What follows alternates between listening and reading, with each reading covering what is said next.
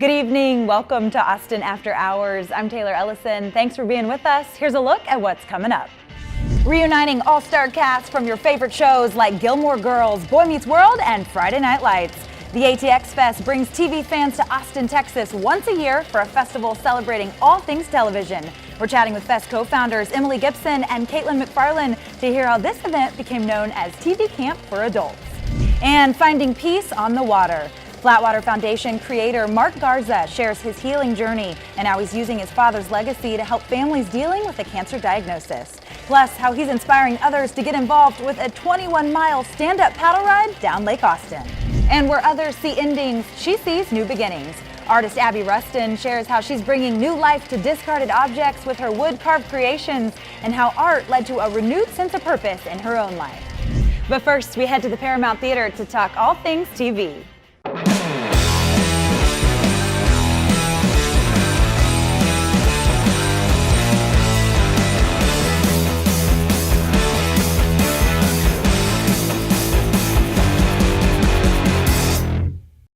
I literally walked into another room just with Emily, curled up in the fetal position and sobbed. Only one of us can fall apart at a time. Yeah. So that's the one thing that you've learned. Like, I'm like, okay, you can fall apart right now, but then you got to get back up and we got to keep going.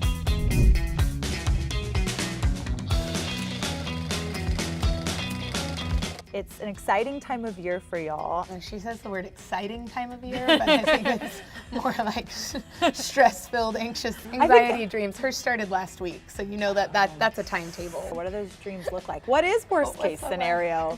This is so superficial, but they're usually wardrobe dreams. Like, I don't have time to get ready, so I haven't showered, I'm sweaty, I'm running around, and I need to put on a dress, and there was a dog, and there was no dress, and mine are usually that I'm either a weekend after or a weekend before the festival. Like, we've messed up the timing. Like, there's no people. My body is overheating just hearing these. Yeah. Or it's the opposite. That is too much stress for two women to have. It is still shocking to me that what we wrote down the year before the first one even happened, what we wanted it to be, that has not changed. Yeah. It has just grown. Especially because even then, I mean, we were making it up. I mean, we were completely making it up from nothing. So even those ideas that we wrote down, we weren't really sure what that was going to look like. So the fact that the ideas we had, I mean, that first week we started brainstorming about it, it's still the heart of what's happening today.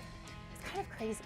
The people who come, be them panelists or badge holders, they love television. They're here for what has lovingly been dubbed TV Camp for Grown-Ups. At the Stand Up Austin Hotel where everyone hangs out, like, there's just such this feel when you walk in the lobby. Everyone's part of this one community, and by the end of the weekend, you see that. You see like showrunners that are getting to geek out over other people that they're fans of, and fans getting to become friends. People that meet on Twitter are meeting for the first time in real life at the festival, and then they're coming back and getting Airbnbs the next year. Like, there's a condo of all Twitter people. Fun to watch this community come together, and people stand in line, and by the end of the weekend, they're best friends. I want to stay at the Twitter condo. What is that like? Right? It sounds really fun. Yeah. There are writers who meet executives there that then go pitch their show and sell it. But one of our favorites is, I'm just repeating Jonathan Tucker's words, that he came to the festival a couple of years ago, was on a panel with Jonah Nolan and Lisa Joy, who are the creators of Westworld, and he's on Westworld this season. We've heard people describe ATX as, all of LA and New York TV creators and cast and things like that come to the festival, but leave LA and New York at home. These couple of days, this camp feel, they let their guards down, they have a beer, margarita, or taco. They get to see old friends or make new ones, even amongst the industry. The programming is so incredible. Give us a rundown of some of the big reunions that you've had and how you make those happen. Well, the big one was Gilmore Girls, and that was about a year and a half of an undertaking. We've done Friday Night Lights a number of years. West Wing we've done Boy Meets World, Ugly Betty, Battlestar Galactica. And it always starts from someone within the cast or the creator. Our favorite story was Emily running into America Ferrera at South by Southwest and saying, would you guys ever do a reunion? And she was like, yeah, how about this year? We sent her an email. It was really 24 hours. In 24 hours, she sent it to all the rest of the cast, and within 24 hours, they had all signed on. This year we're doing Felicity. We've been trying for it for 2.5 years. We're doing it with our partners, FX Networks, because it's the end of The Americans, so there's double duty. And now it's 20 years since it premiered, so it's a nice round number. We do like round numbers when we can. And how cool to be a vehicle for that. Yeah. That must feel really special. Yes. What did that first meeting look like when you're like throwing ideas around and, you know, writing them Was down, done colored over gel Instant pen? Messenger, I know. AOL Instant Messenger. Wait, I must know. What were your Instant Messenger names? Katie 180. Oh, you were so good. I know. You got out Well, sick and clean. Katie 180. Mine Yeah. was M Dreamer, like EM Dreamer. Okay, I'm totally not telling all Wait, mine. no, you have to tell us No, now. I Yes, thought we were no. all going to be on the same rock bottom I mean, page. I had a first one that was TIG 8 GER. There we go. Okay. That's what I'm looking for. Yeah. I was Charlie's Angel 550. That's the last time we'll talk about it. How many different Charlie's Angels did you have to try before you got that one? Such a good question. Well, I the big hope one. I didn't have to do try 549. 549. So it was over Instant Messenger. Yeah, she was in LA. I was in the Woodlands, Texas. I was working at Anthropology, trying to figure out my life. I was looking for a job. I thought I would work for Austin Film Festival or South by Southwest, and I was just like trying to figure out a way to get to Austin, and literally said like, where's the TV festival? I'll go work for that. Like, I'll go wherever that is. And couldn't find the Tribeca or the Sundance or the whatnot for television. And she said, write it down. Like, what does it look like? It was a solid year of telling people this idea and getting their reactions. Yeah. And the people who worked in television were like, yeah, why isn't there one? It just sort of snowballed into a Kickstarter campaign and into the first year that was 36 hours and 700 people. So as you look back at the two young women that started this festival, what would you have told them? It's funny, but I think the actual biggest blessing is that we were kind of young. We were very naive about Naive, what we for were sure. starting and didn't really know the hurdles. We had no idea, and I think that that actually helped. We think about the first year a lot because you had no expectations. Yes. We didn't look 40 steps down the road because Yeah. you'd get paralyzed and plan it for 3 years and then somebody else would have done it in the meantime. A lot of our panelists, like, we'd only talked to on Twitter. Like, I remember meeting Noah Hawley, who now is the creator of Fargo and Legion, at the festival. He had been on a panel and he was like, oh, you do exist. 'Cause, like, we had real never person. spoken on the phone. It truly was it takes a village. We're about to launch our first podcast, basically taking the concept of the panels at the festival and boiling them down to a much more intimate, accessible, deep conversation. I think the one that stands out for both of us is we did a recording with Marta Kaufman, creator of Friends, and her daughter, Hannah Cantor. They both work on Grace and Frankie, the Netflix series.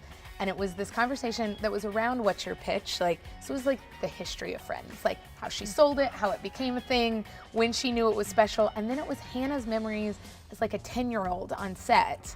Marta asked her daughter questions that they probably have never asked before of like, what did you think as a teen At one on point set? to ask her, were you impressed? In this like beautiful, genuine, like, did you know what was happening way? Yeah, it was really special for us. All this talk of each year's festivals and how special they were makes me so excited for this year. What are some highlights that we can look for 2018? Opening night is the premiere of Sharp Objects, HBO Sharp Objects, based on the Gillian Flynn novel. Yeah. So it's kind of the follow-up to Big Little Lies, because it's the same director, Jean-Marc Vallée. HBO has been a part of the festival every year since the beginning. They've been huge supporters. Last year, the president of HBO came and was on a panel, and he left last year going, I think Sharp Objects should be your opening night next year. And here's to this year. Ladies, Yeah. thank you for your time.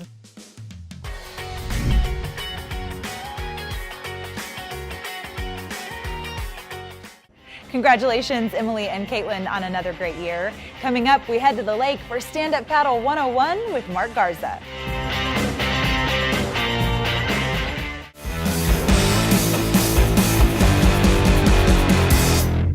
Will you come in by me? Because I Yeah. definitely can't. Yeah, I'm move gonna be towards- sure not to bump you. Please don't bump me. I won't.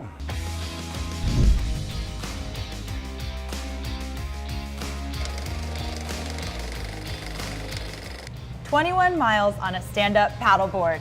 How do you do that?" You know, it's a blast. It seems and sounds very intimidating, but really it's all about kind of community and togetherness. So when you're out there with 184 of your closest friends in the cause, that makes it all possible. We start all the way up at the top of Mansfield Dam, and we're gonna do this together and by any means possible. Standing up on a paddleboard for 8 to 10 hours can definitely be a little grueling, but you prepare mentally, physically, and every year it seems to happen. It's bigger and better, and people get more excited. This is the 9th year. Yep. Why did you initially create the Flatwater Foundation? It started as kind of an event, which we called Damn That Cancer, to spread the message about the importance of mental health around a cancer diagnosis and taking care of your mind. And really in that, I saw very quickly firsthand with my father and my family that there's not a whole lot there for support mentally and counseling. And it was $140 an hour to get help, and when I found myself on the front steps of a counselor and ready to get that,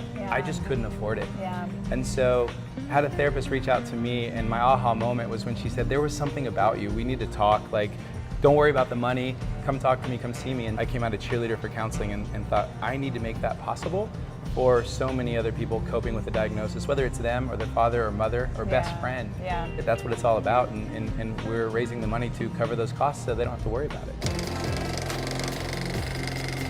This journey down the lake is really a metaphor for navigating life's journeys. Right. First, unity is strength, and it's all about kind of pushing yourself to the limits. It's hot, it's Texas. When you feel like you want to stop, you keep going and you share a story or listen to stories about what people have been through. A lot of survivors are out there with us and pushing through, and we think about those, like my father that we've lost, and how we can really be an example for putting your mind to the limits and taking care of yourself and pushing harder to get through it. It was just me and probably around 13 friends that said, let's go to Mansfield Dam, let's paddle the whole thing, the 21 miles, we can get to Hula Hut and just make a stink, to get out on the water and get some attention around mental health and getting rid of the stigma and talking about how important the mind is around a cancer diagnosis. Yeah. The community really heard the message, and here we are shooting for $700,000 9 paddles later every summer. At what point did it go from something you were doing on the side as a volunteer effort to now your full-time job in this massive production? We went from the first kind of 4 years with me as a volunteer. It was a coping mechanism, I'm not gonna lie. It was really something I buried myself in. My dad was given 8 to 12 months to live, and lived for almost 5 years. And in that work together, we were able to build the organization, and I had a full-time job, out of New York City, lived in Austin. And it grew and grew. We saw the community come forward and really show us that this was important, and they heard the call. And so it was just a week after that first paddle, I was in the Secretary of State's office creating the organization, filing, and realized this is my passion, this is my calling to create this organization, if you will, that's dedicated to providing the funding for families that are touched by cancer. So $70 provides $140 of therapy, and we've done over 18,000 hours of therapy in the Austin community, paid for by these stand-up paddleboarders every year. That is so incredible and such a neat connection. People are out there on the water pouring their heart into it, and then it just keeps on giving. Exactly. It's called Flatwater Foundation because we say one diagnosis really causes waves in all directions around an individual. And our mission is to bring those families back to that calm serenity of flat water. So raising money on the water is perfect. It kind of breaks through the clutter, and it's a good time. It's hot and it's can be terrible, but the harder it is, the harder it is, the tears and the excitement, the better the end is for all of us. Give me a window into what it's like when y'all are all on the water, just the riders, and you're like at mile 12. It really takes a lot of encouragement from other paddlers and getting through. But about the time we get to the Pennybacker Bridge, there's a giant boat. The Commodore comes up. This year, Kendra Scott has stepped up and is sponsoring that whole party and getting the community together on this boat. And this huge floating cheering section shows up, and everybody's kind of reinvigorated, re-energized, and you've only got 4 or 5 miles to the end. That really helps. Yeah, because a big party boat is cruising by, cheering you on. I love that. Yeah. You've used your own personal hardship to really inspire others and connect people. What I went through, what I saw going on in my own family and then all around me, I really saw it as a calling, as a purpose. I was in my early 30s when this happened, and I was fortunate to go so long, great news and good stuff, and quickly knew that I was going to take what I was going through and what I had found and try to make something of it. And my purpose was to inform others of the importance of counseling and therapy, and move the needle, kind of change the game and make it possible, but also make people seek it. We've all got these stories, and if we can inspire people to come out and talk about it and realize they're not alone. Next year's the 10th anniversary, and I think we're kind of trying to build that big energy into the 10th. Speaking of 10th anniversary, I feel like I'm trying to train to get to a point in life where I can participate. Do you think maybe we could start that today? I actually will be sad if you aren't part of the 10th anniversary. Oh no, that sounds like a challenge. It's a big challenge. We'll get you ready. You'll have no problem. Let's start today, shall we? Absolutely. Cheers, Mark. Cheers.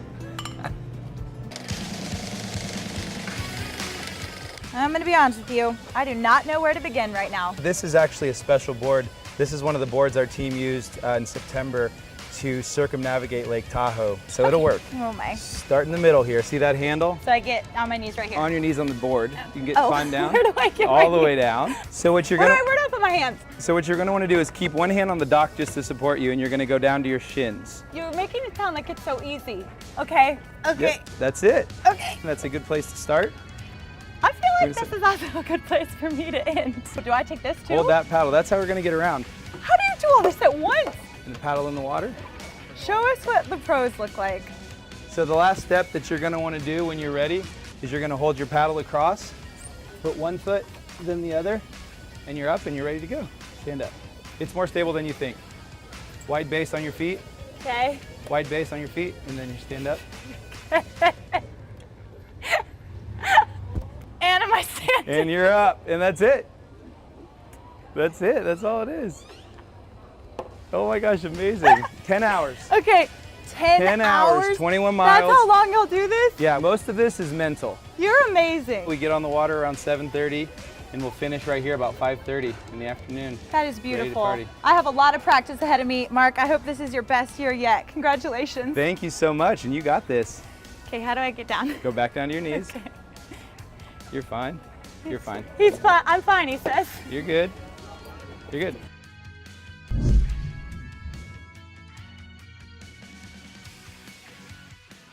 Mark, thanks for your patience. We'll be cheering you on. And up next, life lessons through art with Abby Ruston.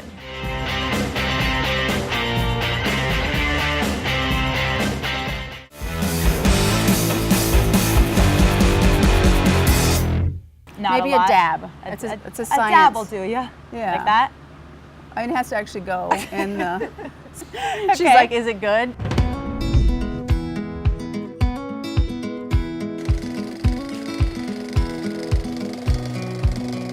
You are an incredible artist that makes these amazing pieces out of wood that you find. One of my passions is to repurpose and give something that's been discarded a second chance at something. A lot of times, things that are discarded, I actually see as like a gem. Beauty's in the eye of the beholder. What are some of the journeys you've been on to find these pieces? There was a group of guys who were cutting down a tree, and they were all taking a break. It was like a hot Texas summer day. About Degrees? 215, Oh, I okay, think. yeah. That's just science, so that's just an accurate measurement. I saw it. I'm sure my eyes got, super big. I stopped the car. Hey, can I have some of this wood?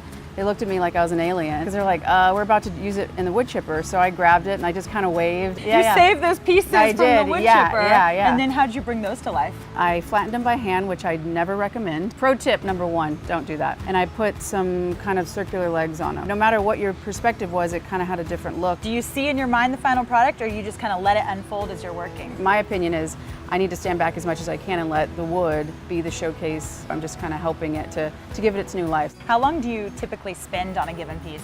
That's something I don't like to think about Oh, because okay. sometimes, Sorry. sometimes it's so much more. A lot of times it's 4 or 5 times more, which anything in life, if you're going to transform, there's always going to be, obstacles and challenges that you don't see. One of the most intense ones is about 50 hours, My goodness. most likely, yeah. Things that are really good and that matter always end up taking time. That is something I've learned a lot through this. They're good teachers.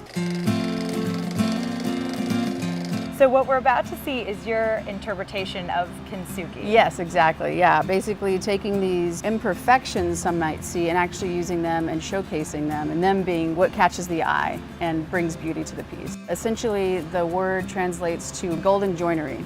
So that in itself is now the beautiful part where it's been broken. It has these unique features as opposed to just one solid plain piece of wood.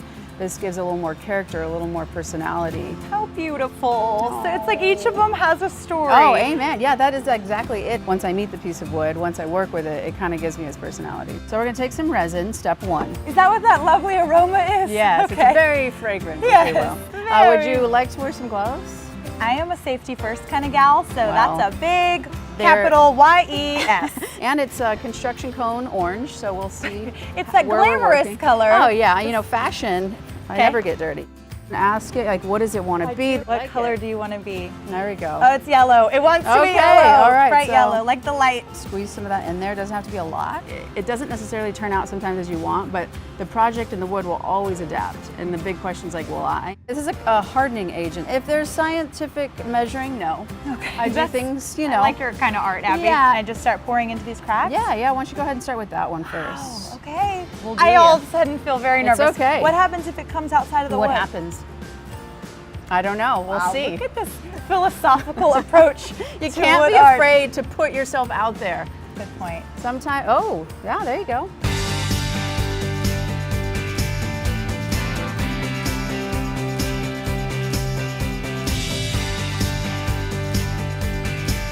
I feel like I cracked an egg sunny side up over here. It's got a lot of good potential. So once you can sand it down, the colors of the wood and then the amazing, beautiful color you've made are going to come out really well.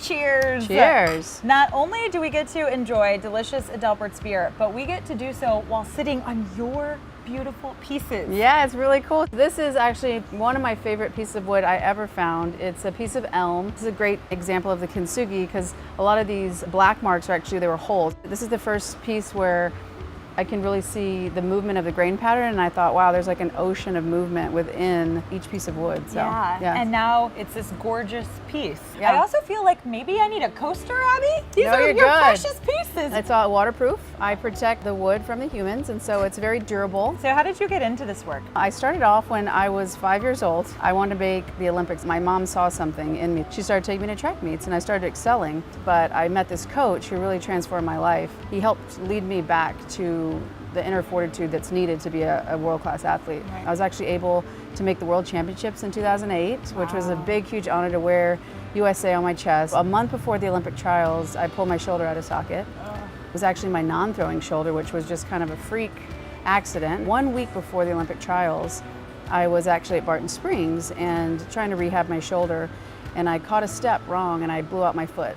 So for 20 years at that point, I had been training for this one day. Yeah. Got to the Olympic trials and I gave it everything I had, but you know, I can still remember sitting there just devastated. That was a really low point in my life, and I felt like I identified so strongly with an athlete that I was nothing else. So I really struggled for about 8 years with really finding myself and finding how I fit in the world. This, you know, Olympic dream is over. Now what are you going to do? The lowest point came when one of my really good friends took her life. And I just remember I was renting this small room and I didn't have much at all. I had my mattress on the floor and my phone was just sitting on the floor. And I just remember looking at it and just thinking, wow, like I can't live like this. I was at the rock bottom and I needed to get off the floor. And so I thought, oh, I'll buy something at first. And I was like, I don't have the money to afford anything. So I thought, oh, I'll make it.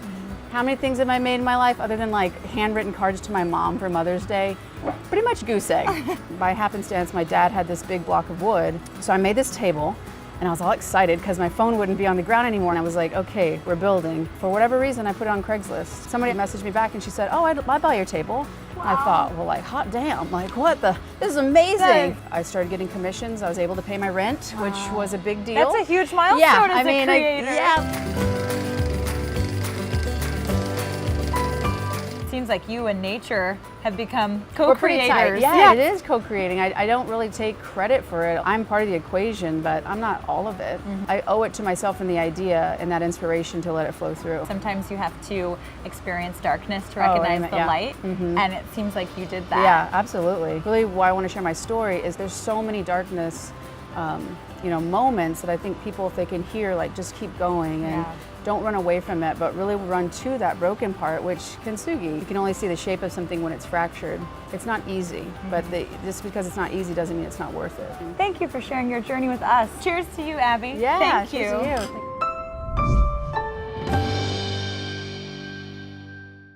How cool, Abby. Thank you for sharing your time and talent with us, and thank you for joining us tonight. I want to give a big shout out to everyone on the Austin After Hours team for receiving a 2018 Telly Award for Entertainment Television. We really appreciate your support, and if you've missed any of the fun, find us on YouTube. We'll see you right back here next Friday. Until then, have a great weekend. Cheers.